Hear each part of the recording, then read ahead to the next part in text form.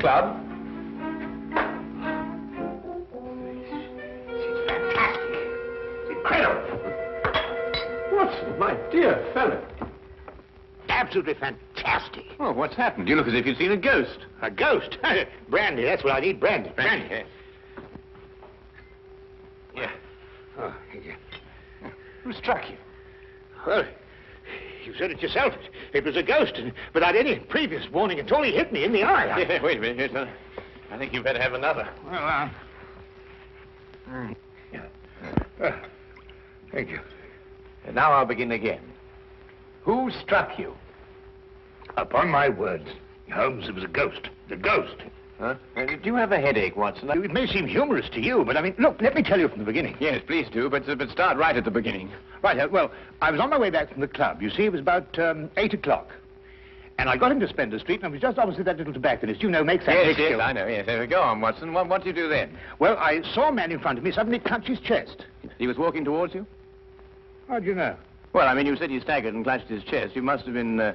Yeah, that's logical. Anyway, yeah, well, anyway, I rushed up to him to help him, you see, and he's still able to mumble something about, he had a heart, and he lived in 19 Hooper Street, and would I help him get there? But there were no other pedestrians?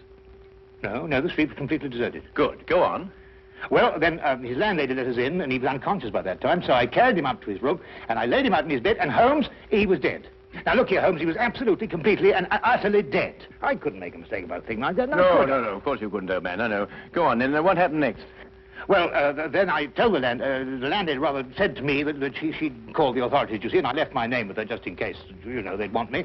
And then, well, I thought it would be rather more delicate if I left, you see. I mean, he must have relations. Yes, it's quite right, Watson. The most delicate situation. Yeah. What was the man's name?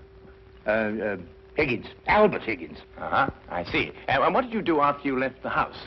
Well, you see, it had been a bit of an effort, you know, carrying him up like that, so I got down the stairs and popped across the road into a pub and had a pint. And then I started off back to the flat, you see. Well, I just turned the corner into Spender Street, and there was Higgins, Albert Higgins? Yeah, just face to face with me. There he was, large as life. We stood looking at each other for a minute, then he lashed out and hit me in the eye. And then really, Holmes, he vanished. Vanished? Yes, he's into the blue. Well, he ran away? Well, the street was rather ill-lit, you know, and it took me a minute or two to pull myself together. And then I don't know whether he ran away or not, but he vanished. Well, that's most unusual. Most? Did you speak to this ghost? Well, I may have said, good gracious, Higgins, or by Jove, Higgins, or even good heavens, Higgins. Oh, yes, perfectly natural, Watson. Describe Higgins to me. Well, he's 50-ish.